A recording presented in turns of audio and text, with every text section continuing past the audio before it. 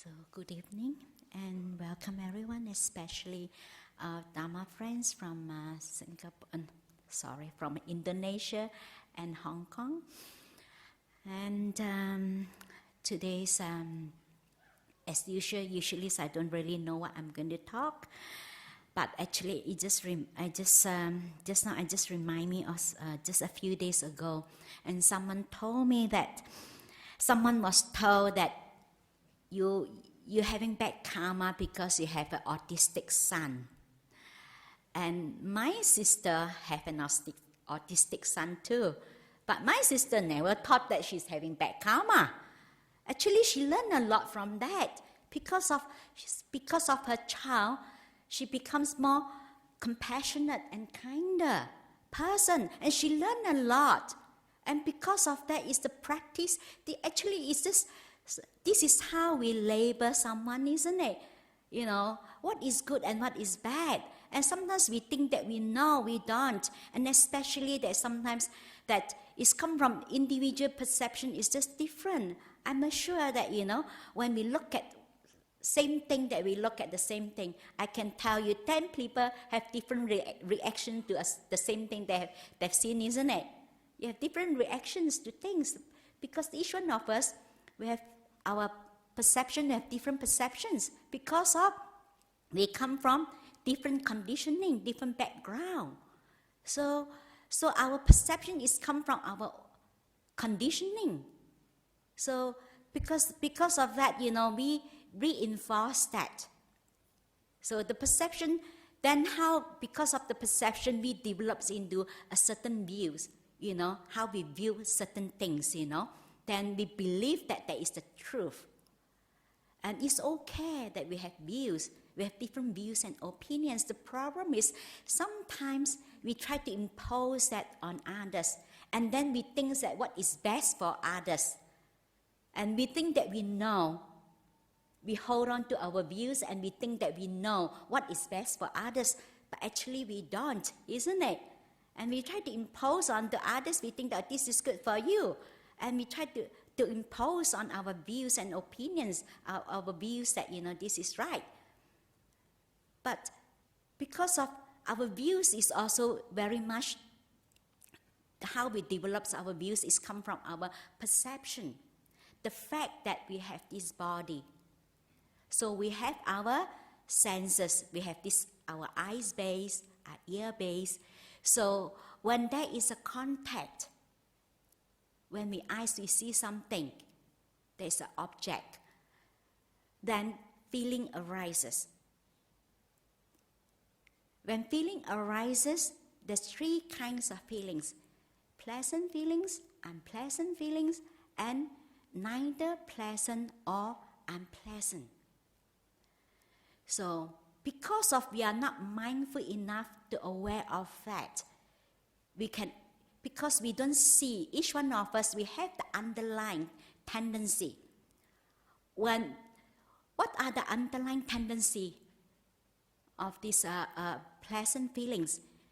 So pleasant, the craving, the greed underlines our pleasant feelings.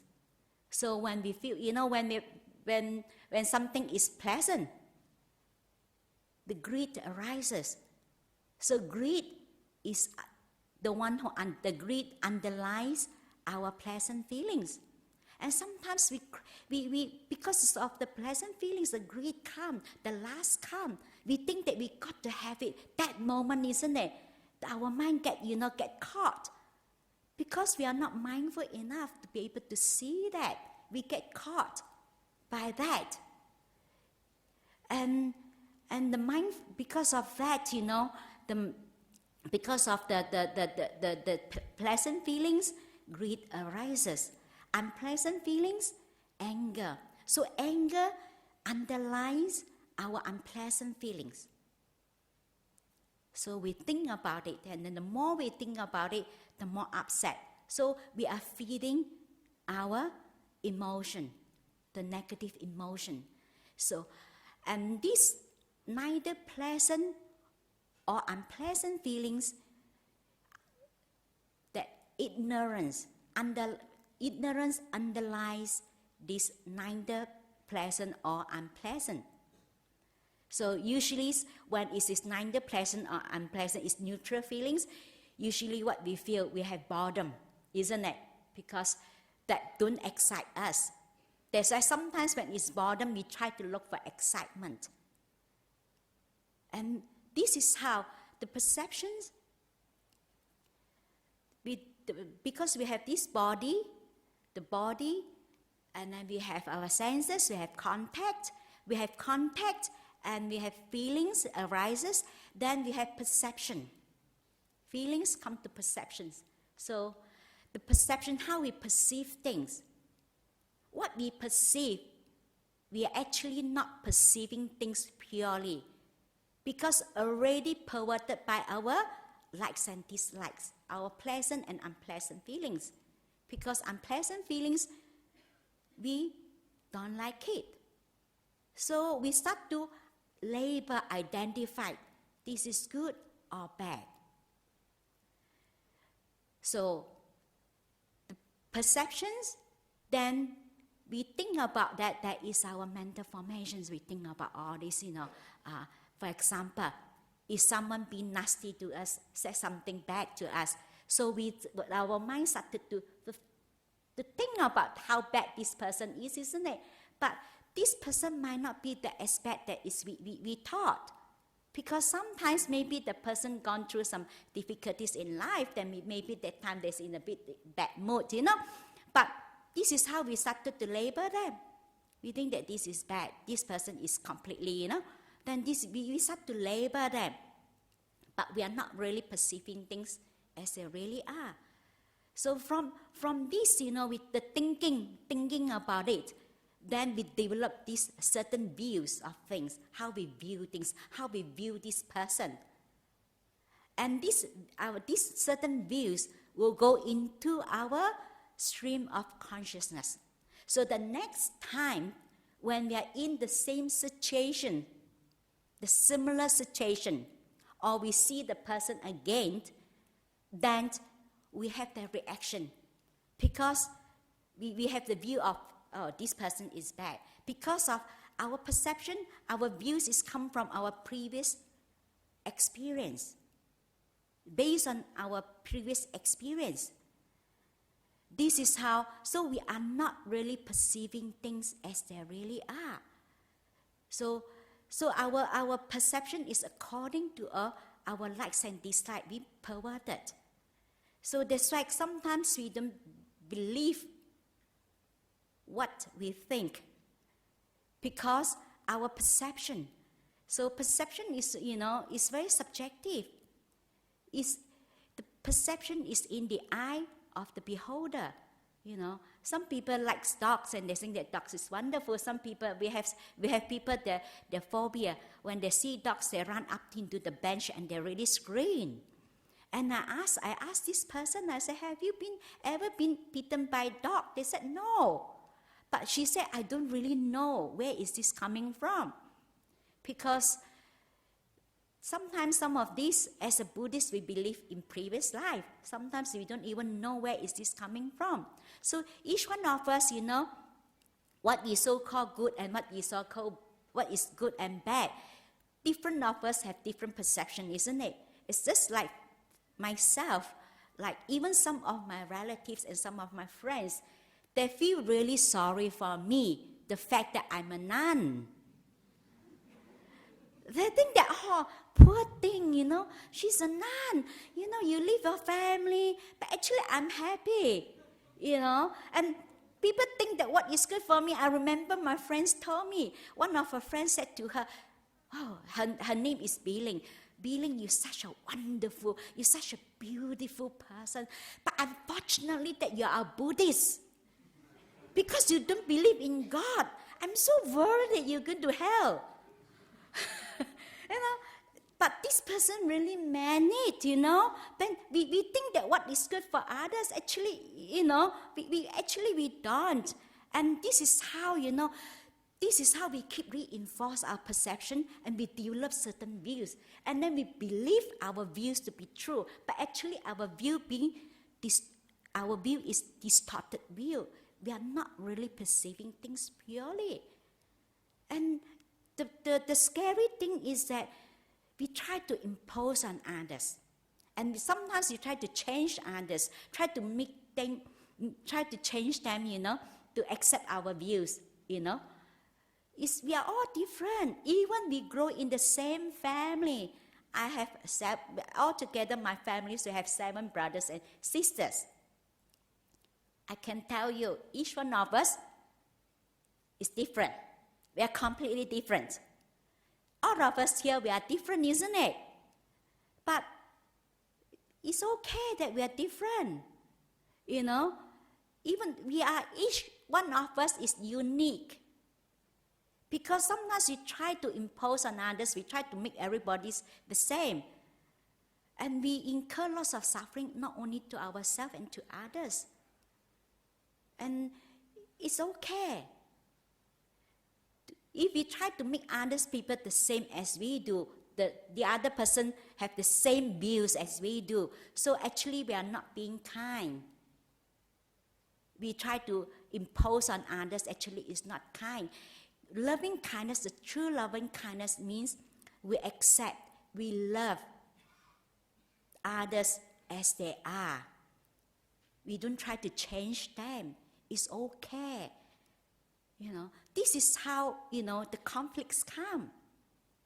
Argument come. Because we don't aware of that. Because lack of mindfulness again. So I think I need to give some, sometimes we have advertisement, we have a break, Now we have some advertisement for the 9th Global Conference on Buddhism. So resolving conflicts with mindfulness. So you want to know more about mindfulness, please, those who don't have tickets, so please get tickets. And you can check on the website, okay? So this is the advertisement break. Okay, we come back.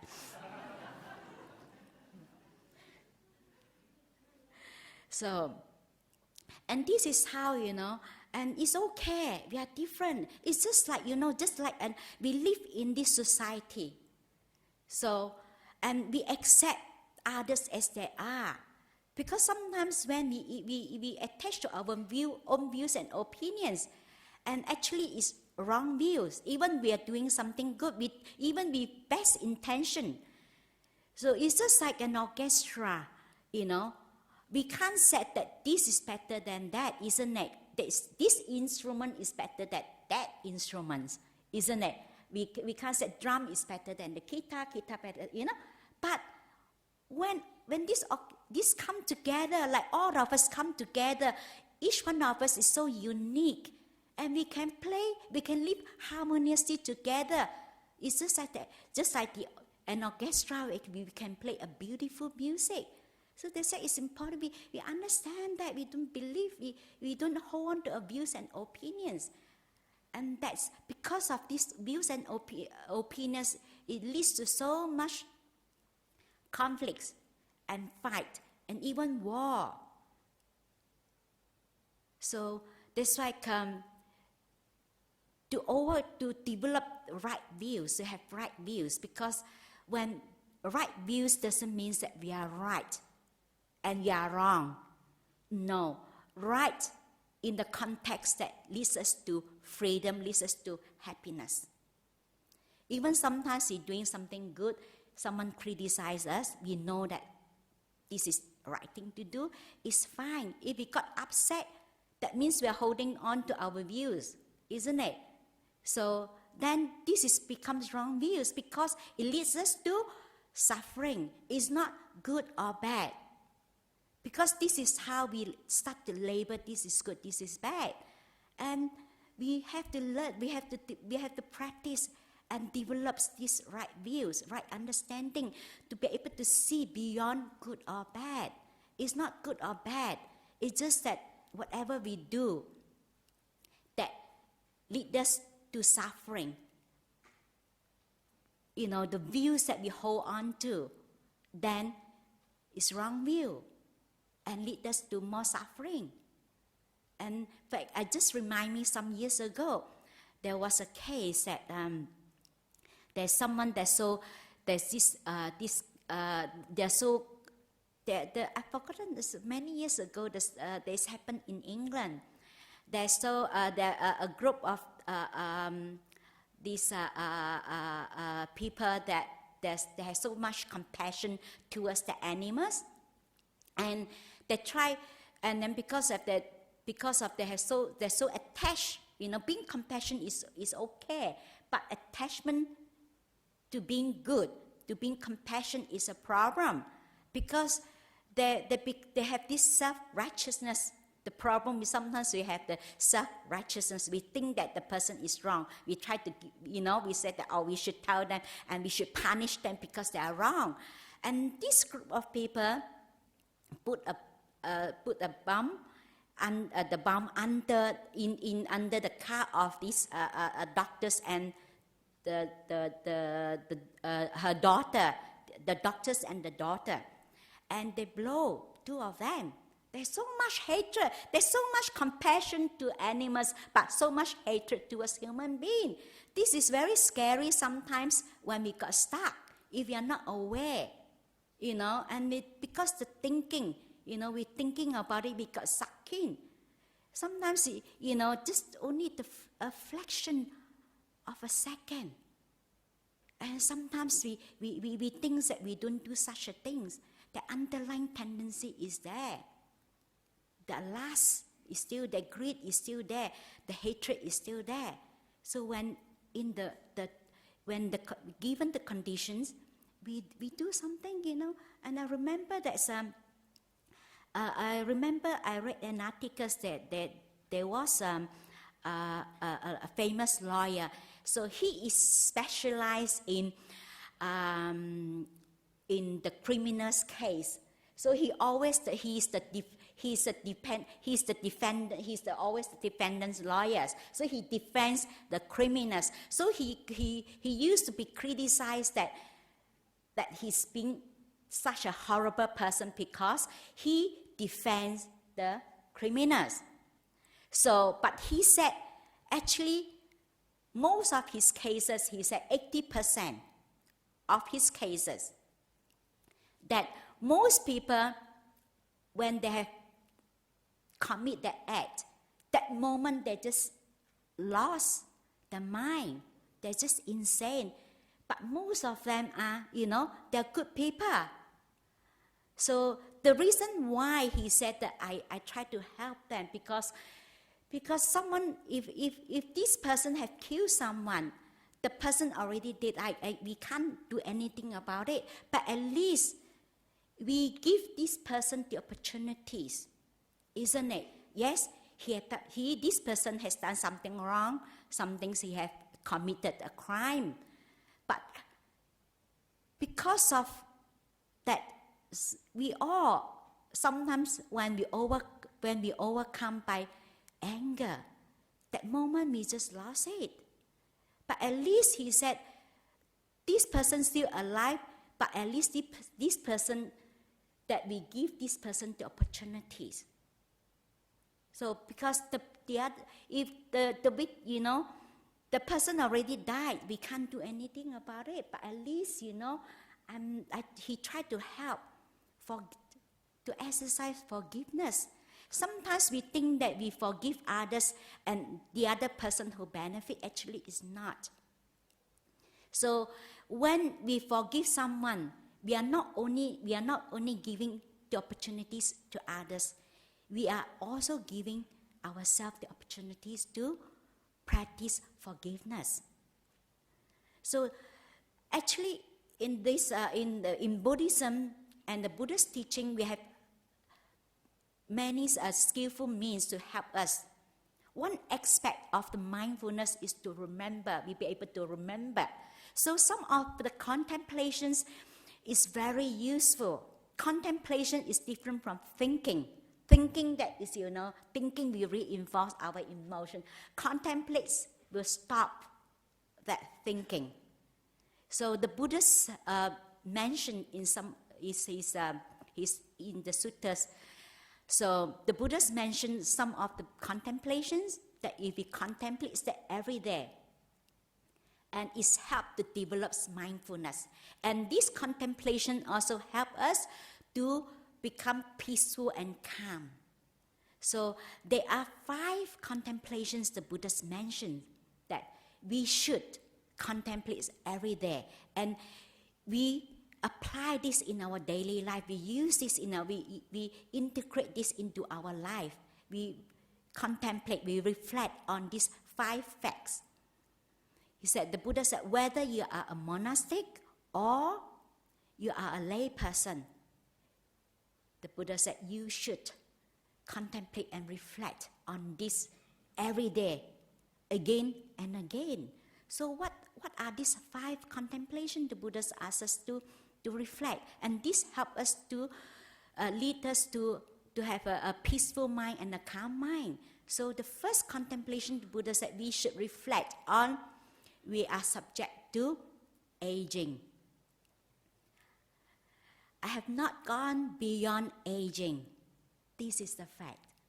Nowadays, and people try so hard, to go for plastic surgery so that they don't look old, or with Botox and all sorts of things, And no matter how hard you try, you're still going to grow old. Isn't it part of growing old? Not only the skin, the wrinkles comes out. It's not only with that. Our memory is gone. Talk about memories. There was a couple that's they're growing old, so that the memory started to go. So both of them started to go for these classes, the course, how to improve the memories. So one of the tricks that they've been told, that they ask them to practice, to try to write a note, whatever you try to, so that you don't forget. And this is how one of the way to improve the memory. So each time you make notes, you write down. So one evening, this couple was watching. They was in the bed watching television, and suddenly the wife told her husband, he said, "Oh, I'm a bit hungry. I would like to have some ice cream. Can you make me some ice cream?" He said, "Yes, I can make you some ice cream. So I want ice cream with chocolate topping. So are you sure that you don't have to write it down?" So the husband said, No, I can remember. You want ice cream with chocolate topping. Yes. Oh, I think I want some cream and strawberry too. So please write down. So are you sure that? He said, No, I don't have to write down. I can remember. Are you sure? He said, No, I'm sure. You want ice cream with chocolate topping, some cream and strawberry. You see, I can remember. So the husband went down to the kitchen and went down to the kitchen for quite a long time. So the wife was thinking, what the heck of him doing down there for so long, haven't come up. So then after that, the husband came, and with a toast and bacon. And then the wife asked, where's my egg?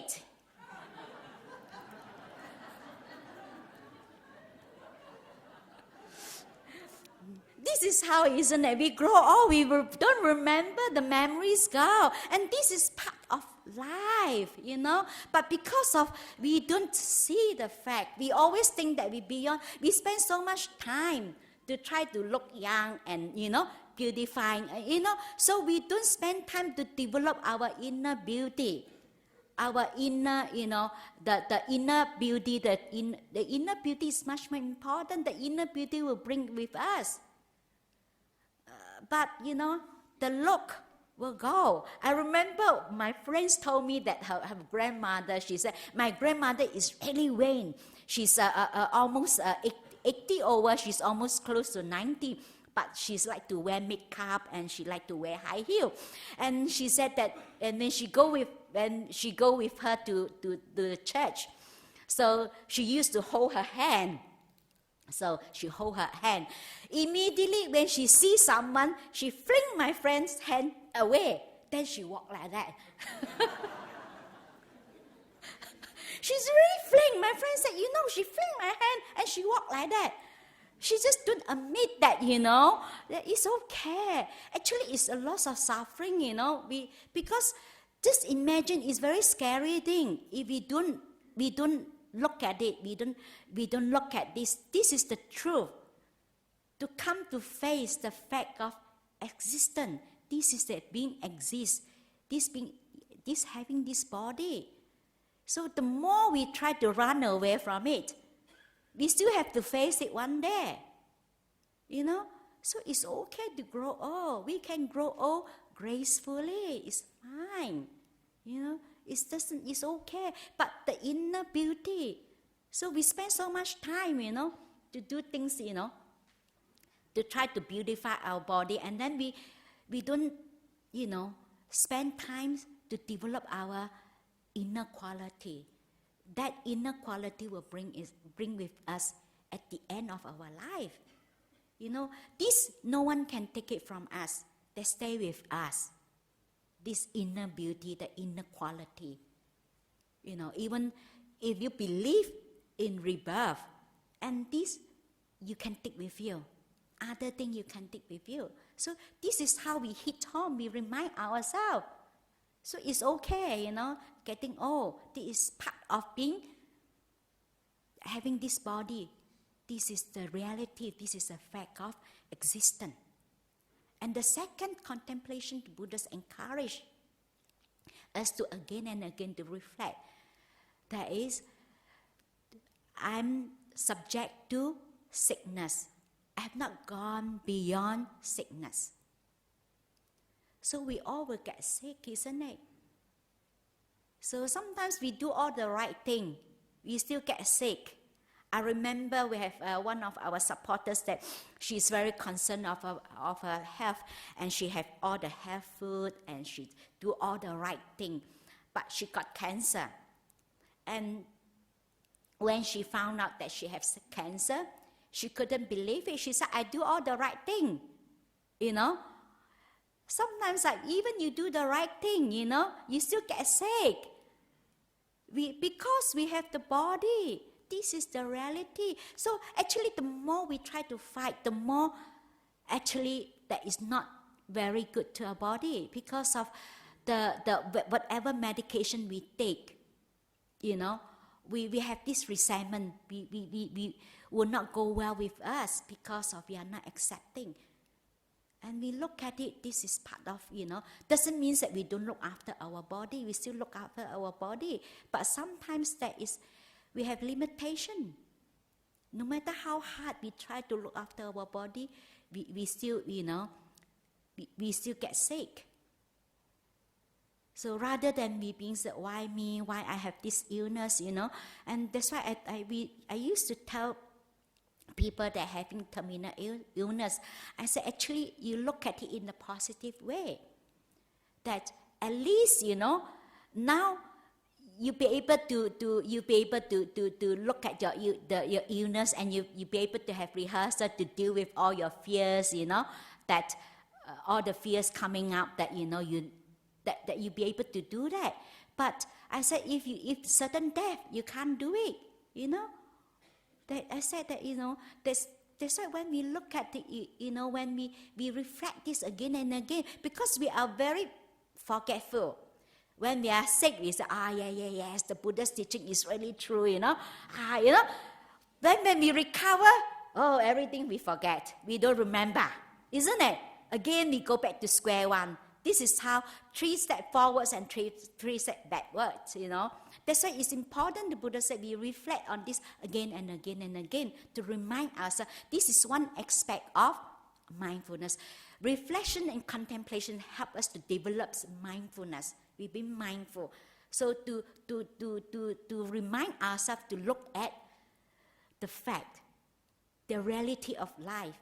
Sometimes whether you like it or not, that is the reality of life. Rather than be running away from things, we look at it, we face it with the positive attitude. It depends on how you look at things, There is always 2 ways of looking at things. So whether you look at half glass of water, whether you look at it, whether it's in a positive way, that is, you have half glass full, or you have half glass empty, but we still can't change the fact that it's still half glass of water. But we can always change our attitude, how we look at it. So we said, fine, this is part of having this body. We get sick, Sometimes when we accept our illness, actually, even though our body is sick, but at least our mind is not sick. At least we have this positive attitude. So the third contemplation the Buddhists encourage us to again and again to reflect on, to contemplate on, that is, he said that I'm subject to death. I have not gone beyond death, the Buddha said. So this again and again remind ourselves. Sometimes I remember when I was young, and whenever I think of, sometimes this comes up in my mind that, I say, how is it like if I die, if I grow old? And then I try to run away. I tell myself, I'm still young, I'm too young to die. So I just push it aside. Sometimes we think that those having terminal illness, they are dying. Actually, in fact, we all are dying, isn't it? We all are going to die. We really don't know when we are going to die. That's for sure. Maybe next moment, next day, we don't know. Because sometimes we spend so much time of, worrying about things that might happen. And this is, we miss a lot, So we so worrying about things, that we can't get. We work so hard. We try to work so hard to get things that we think that is going to make us happy. Because we are going to die. So that's why sometimes it's good that we reflect on that to remind ourselves. I remember that when my father passed away, after 3 months, my brother passed away. And I remember that's really hits me really hard. And that's really helped me a lot in my practice. Then when I remember that time when I was in Thailand, and every morning I wake up, I was really so appreciative that, wow, I'm still alive. So we become so more appreciative. We don't waste our time doing, insignificant, chasing after insignificant aims. So it's actually, this contemplation is not being pessimistic, so that we become more appreciative of our life. Because life is very precious. We don't take it for granted. So that's why I told people, that, now you're having terminal illness, at least you have chance to rehearse, I said by the time, by the end of your life, the moment you need to face, whether you're ready or not ready, or whether, that last moment come, you say, I'm not ready yet, I haven't write my will, I don't want my wealth go to my certain, the people that I don't like. You can't say big for a moment, you have to go. So at least, we practice, we look at it, so we deal with that, we deal with the fear. When that moment comes, we be able to die peacefully. So we're going to die, that for sure. But how are we going to do? How we want to die? Do we want to die in fear, or do we want to die in, with peaceful mind, at peace? When we die, that moment that we have to face.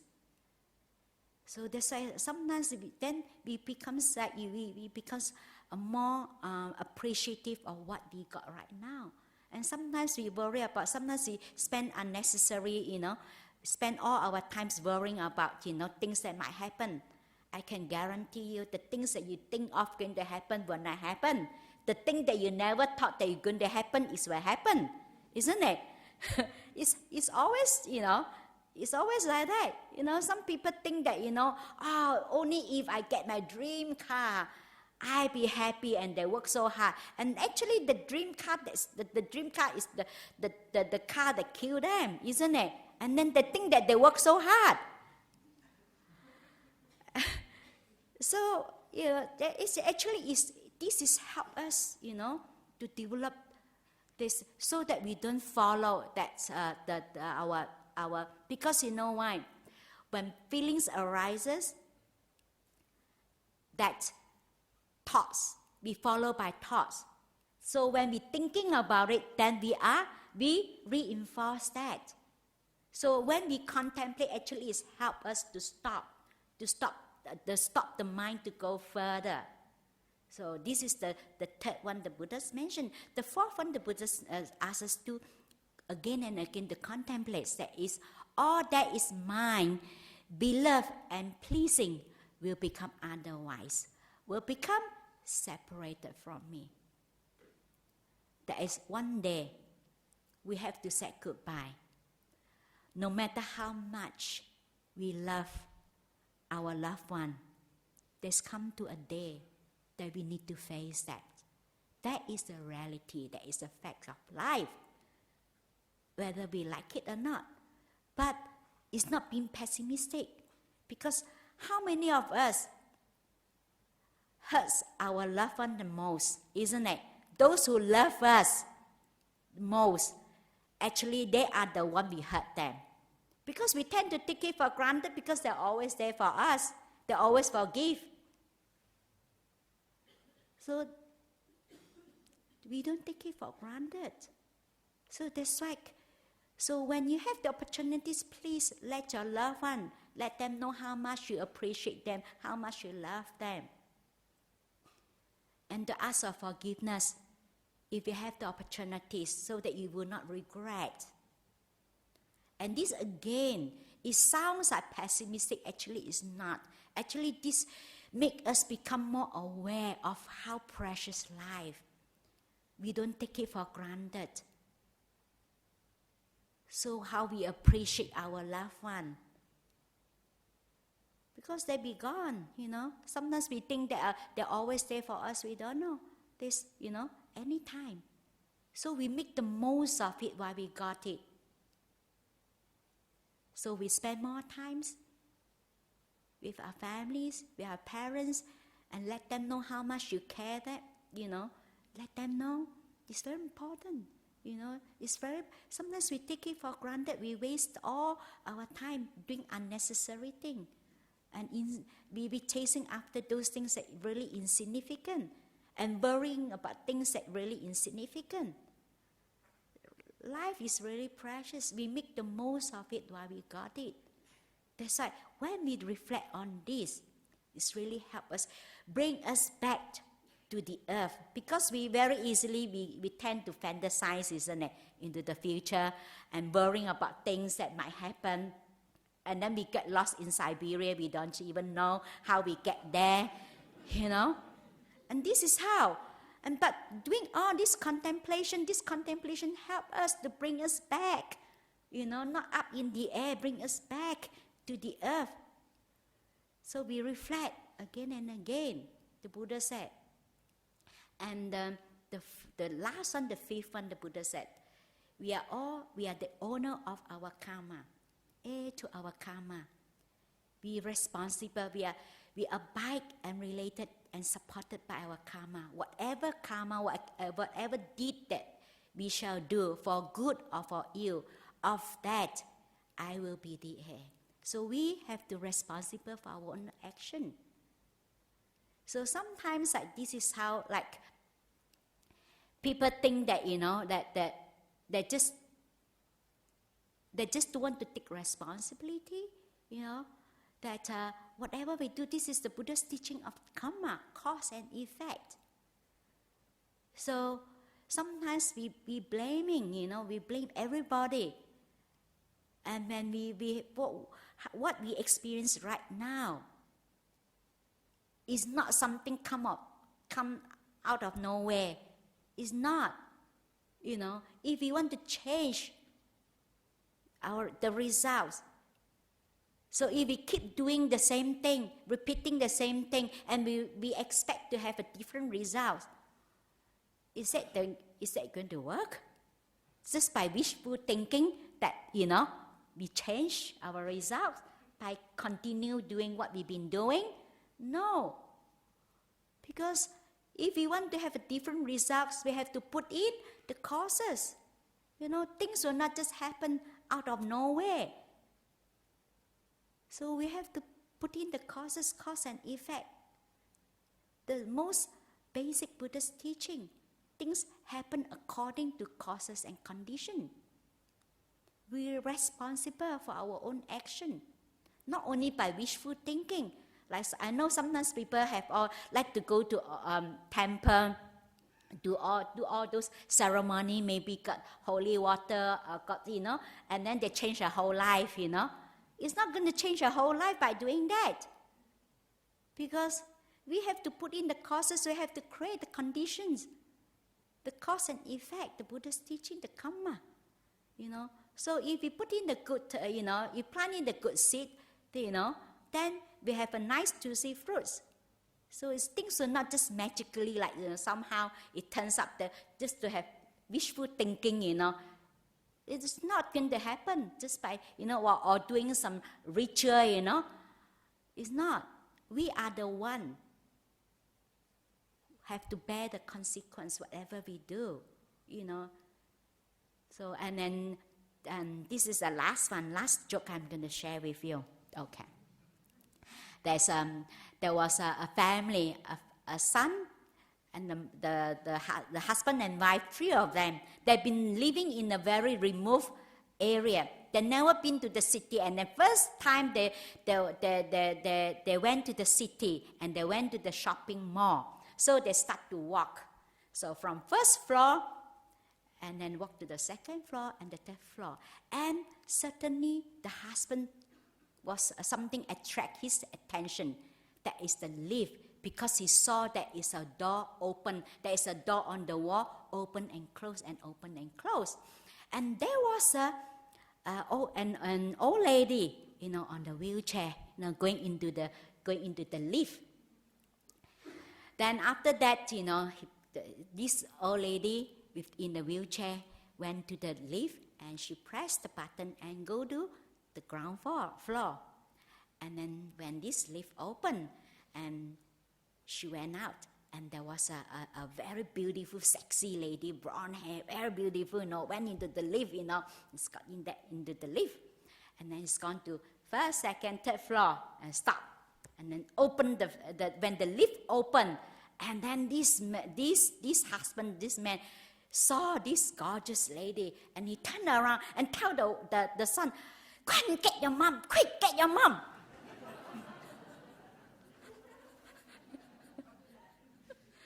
Sometimes we think that we have magic doll, somehow can transform the wife to become a gorgeous, beautiful woman. No, And sometimes we are the one. We have to bear the consequences that what we do, We have to, because when we remind ourselves, so whatever we do, we contemplate, we stop and think whether this is a good thing to do, whether it's, because if not, we just without thinking, we just said whatever things that we like to say, without thinking that, that without having the consideration that whether this will hurt others people, whatever we do, because what we do have an impact on others, and this helps us, because sometimes we regret later, isn't it?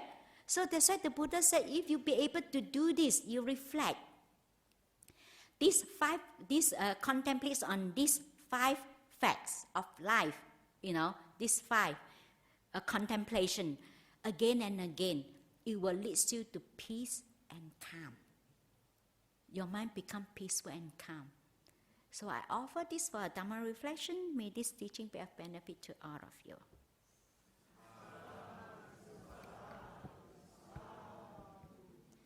So, any questions or comments? Yes.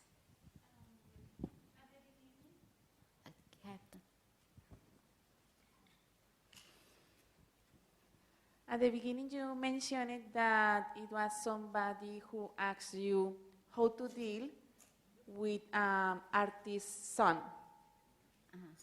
an artist's son. So a son who likes to the artist.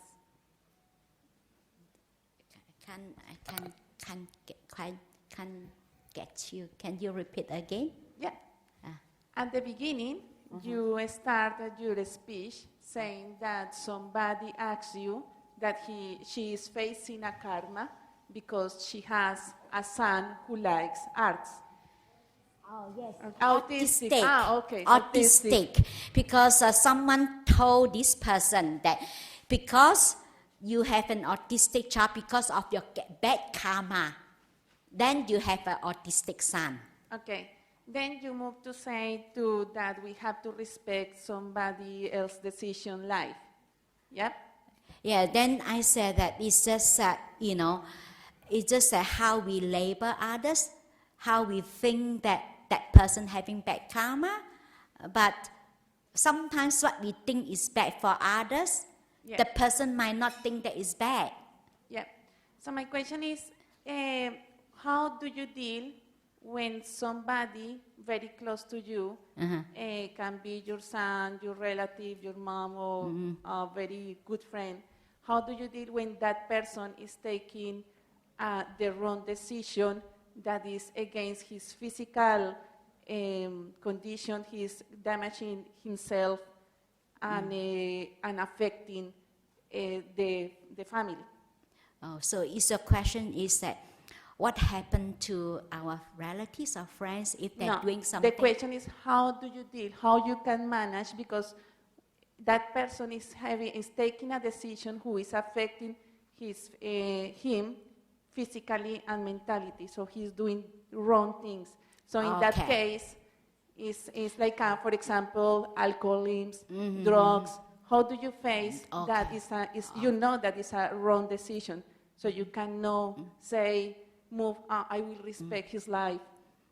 So his decision. Okay. I get you. So your question is how to deal with someone you know that someone behavior that is wrong, like harming themselves. So how to deal with himself and the family. Okay. That's why sometimes that this is how we have to know that we have our limitation. We can only do our best. That's why this is how sometimes we have to let it go. Even sometimes with our loved ones, we know that they're doing stupid things and we try to stop them and they don't listen. It's happened. And we can only do our best. But we still love them as they are. Do you get what I mean? Because sometimes that it's difficult, we can't change the other person. Sometimes we have our limitation. We can only do our best to try to support that person, to try to help the person, direct the person to the, on the right path. But no matter how hard we try sometimes, that we have our limitation, sometimes we can't change others. Depends on the person. Because, for example, just give you an example. Like, I used to have someone to bring the children, that to me, like the teenage daughters that they're having drugs problem. So they said, can you help my daughters, So I speak to this young lady. So I told her, I said, I would love to help you. I would like to support you. But the first thing that you have to have the willingness to change. If you don't have the willingness to change, no matter how hard we try, it's not going to work. We all love you. We want to support you. We want to help you. But the person has to have the willingness to change. We can only do our best. You get what I mean? Is the answer your questions? Okay. This is how it's just beyond control. I mean, sometimes we have limitation, I know. It's just like when my mother dying, I feel so like I just can't do anything. Like I can't help her. you know, and she's so sick. And this is part of life. But we accepted that, you know, at least we have only one arrow. We don't add on another arrow. The Buddhists talk about 2 arrows. The first arrow is the suffering that we cannot avoid. The Buddha said, if someone is wise, so when they've been struck by an arrow, to them it's just pain, and that's it. But the Buddha said it's a foolish person if they're struck by an arrow, they pick up another one, they poke themselves a few more times. This is what we do. We're thinking about it, we got upset, we got angry, you know, and then we blaming ourselves, we blaming others. That is the second arrow. That is the suffering we add on. So yes, we feel painful, especially our loved ones, you know, that we try to help them, you know, that they're into drugs, into all this, you know, but we still accept as they are, and we know that we just can't do much about it, because if the person have no willingness, we can't do. But at least when we accepted that person as they are, then at least we don't have the second arrow. It's still painful, but at least we lessen our suffering. So does it make sense to you? Okay.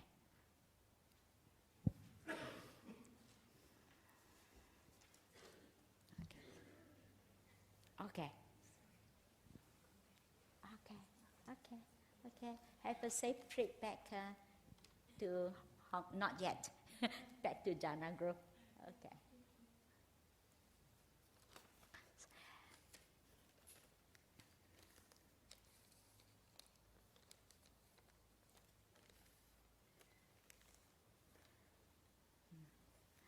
Any more questions or comments?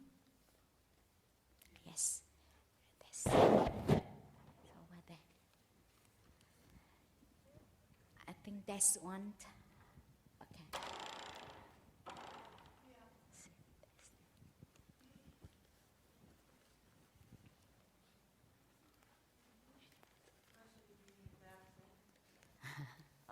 Just following on from that lady's question that she just asked, in regards to what you were talking about when you have a loved one, I have a son with a mental illness and schizophrenia, which is quite prevalent in society at the moment. And I actually had to get a restraining order against him because he kept coming and smashing up our house and actually was bashing up his sister, my daughter. What's the karma in that relationship? How does all that work in relation to karma? Because actually karma is a very, very complex thing. You know, it's not like so simple like we just said that, oh, you do this, you get that. Actually, it's very complicated. You know, like everything happened according to many causes and conditions. It's just, for example, I just give you the analogy, you know, for example, like we plant a seed. You still have to depend on the soil, whether there's a water and the right climates, you know. There is many other factors that come together. So, and especially I'm not in the position to be able to really say to you that what's the karma and this and that. There's only a speculation, might be this and might be that. So all we need to do is that what we have done in the past is just like the Buddha said, the karma, that is what we are now is because of the previous action, you know. It's just like the previous action that we have done is just like we inherited, what we experience now is just like we inherited a piece of land. Okay? So this piece of land that sometimes so-called bad karma, that maybe we so-called bad karma, this is just like a piece of land that is not fertile. But we can always do something about it in this life. We can put in fertilizer, we can plant good seed, we can water it, we can nurture it. So what we have done, we can't do anything about it. But we can always do something about it right now. Just do your best. So accept the way he is. The most important thing is your side. It's okay that, it's just accept the way he is. I know it's very difficult. It's a painful thing. It's very, very painful. So because the more we fight, actually, we suffer more. Because the more we push, when we push things, how it bounces back. The harder we push, the forces of bouncing back is greater. So when we accept that, yes, this is the way, you still love him. You still love him as he is. That is the real loving kindness. It's not only that you be my good boy, then only I love you. No, you still can love him. So does it make sense to you? Answer the question? Yeah, it does. And also in relation to the land and whether it was fertile or barren, there's a big dynamic in relation to that.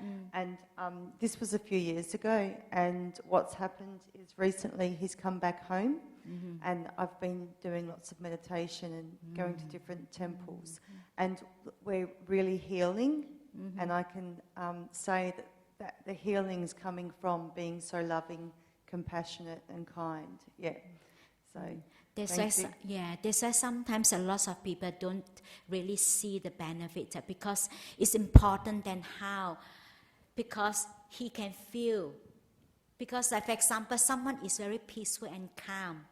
We love to be with that person. We feel the energy, we feel the peace, and we feel the calm. But if someone very nasty, very angry person, we feel very unpleasant. Very unpleasant. That's like, it's important that sometimes that it's most important is not what you said. Actually, you teach by example. That's why as a parent, we don't demand respect. We earn our respect by teaching example, by how we live our life and how we respect others. So we have to come from us. So we can only earn respect, but not to demand respect. So it's important how we live our life. So it's sadhu, sadhu, very good. So I think, John? Just nothing to do with the talk. Is there a Sutta class on Sunday? Yes. Yeah. Thank you. Okay. Is there no more questions or comments? Okay. No more. Okay. Good night.